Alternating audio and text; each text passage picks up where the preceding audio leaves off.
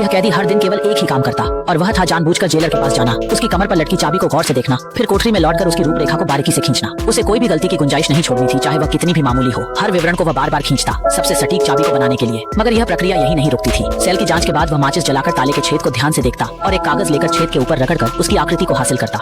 इस तरह से वह ताले के बाहरी स्वरूप का एक खाका बना लेता, लेकिन भीतर की जानकारी लेना बेहद मुश्किल था। तरीका सरल था। वह कागज को मोड़कर धीरे धीरे छेद के अंदर डालकर लकड़ी की पतली छड़ी से उसे हिलाता। इससे ताले के भीतर की आवृत्ति कागज पर उभर आती। फिर वह इस नतीजे को चाबी के प्रारूप से मिलाता, लेकिन ड्राइंग तैयार होना पर्याप्त न था। उसे असली चाबी बनानी होती थी और इसके लिए सामग्री जुटाना सबसे कठिन कार्य साबित होता। लेकिन 150 के IQ वाले इस व्यक्ति ने जल्द ही समाधान ढूंढ लिया। लकड़ी से चाबी बनाना। जेल में मेटल ढूंढना मुश्किल था, लेकिन लकड़ी उपलब्ध थी। अपने सहकर्मियों से इस विचार को साझा करने पर वे हंसे।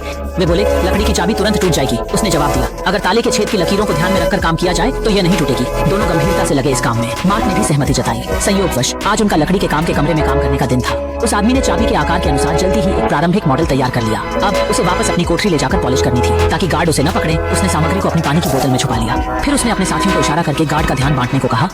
वह मौके का फायदा उठाकर एक तौलिए से बोतल का मुंह ढक देता है। गार्ड शायद कुछ संदिग्ध भांप रहे थे। अगले ही पल उन्होंने सभी को लाइन में खड़ा करके पानी की बोतलों की जांच शुरू कर दी। गनीमत रही कि गीले तौलिए की वजह से बोतल में छुपा मॉडल बाहर नहीं निकला। गार्ड ने बोतल को 2 बार हिलाया, लेकिन जब कुछ नहीं मिला तो उन्होंने उसे वापस लौटा दी। इस तरह वह आदमी अपने उद्देश्य के लिए जरूरी सामग्री हासिल करने में सफल रहा। उसके बाद उसने केवल लोहे की रत्ती से चाबी के किनारे को चमकाना और जोड़ने के लिए गोंद का उपयोग करना बाकी रखा।